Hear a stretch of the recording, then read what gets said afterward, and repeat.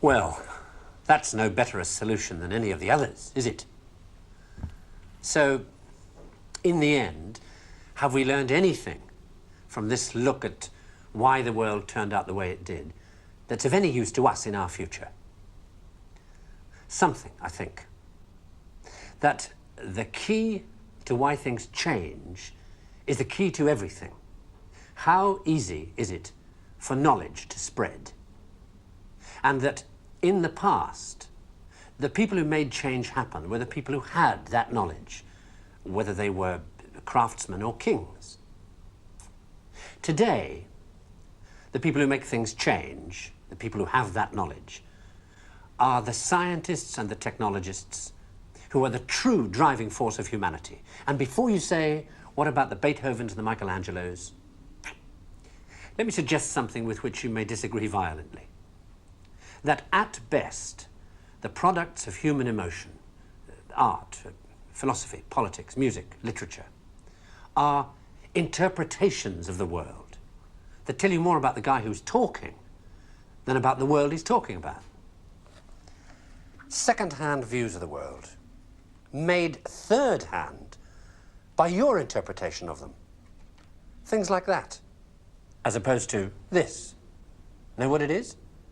It's a bunch of amino acids, the stuff that goes to build up a worm or a geranium or you. This stuff's easier to take, isn't it? Understandable, got people in it. This, scientific knowledge, is hard to take because it removes the reassuring crutches of opinion, ideology, and leaves only what is demonstrably true about the world. And the reason why so many people may be thinking about throwing away those crutches is because, thanks to science and technology, they have begun to know that they don't know so much, and that if they are to have more say in what happens to their lives, more freedom to develop their abilities to the full, they have to be helped towards that knowledge that they know exists and that they don't possess. And by help towards that knowledge, I don't mean give everybody a computer and say, help yourself. Where would you even start?